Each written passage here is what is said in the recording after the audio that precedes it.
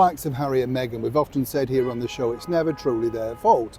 You know, whatever they're doing, whatever mistakes, of course, it's somebody else's. We saw this recently, didn't we, with Prince Harry's visa. Suddenly all that's now sealed down and, of course, it's a special case. But remember, originally, it was simply called Call Me Harry.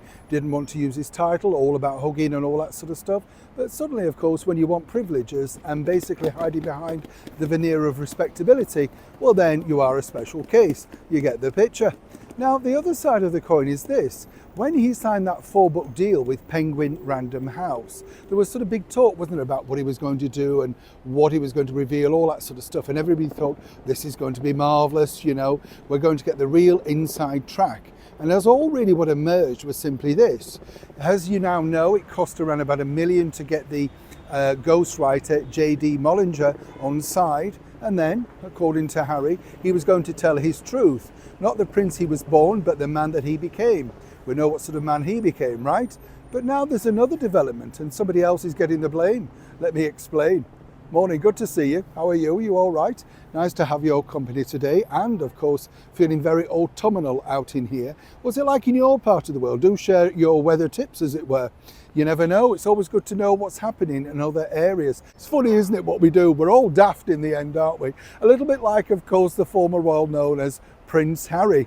Now, what I find funny about this is, as I say, the mega deal that was offered with Penguin Random House was an exceptional deal. No two ways about it. But now, according to inside sources within that Montecito camp, Prince Harry is, well, dismayed, disheartened, and more importantly, he's been led down the garden path, an expression that basically says he's been lied to. Let me explain. You see, the bottom line is Harry thought by telling his story, his truth, and, you know, all about exactly what he'd gone through, the poor me sabbatical, all of that sort of stuff. Well, you know, he thought this would make, in particular, the American public understand his background. More so given the fact that, of course, his late mother, Princess Diana, was incredibly so popular in America. Incredible when you think.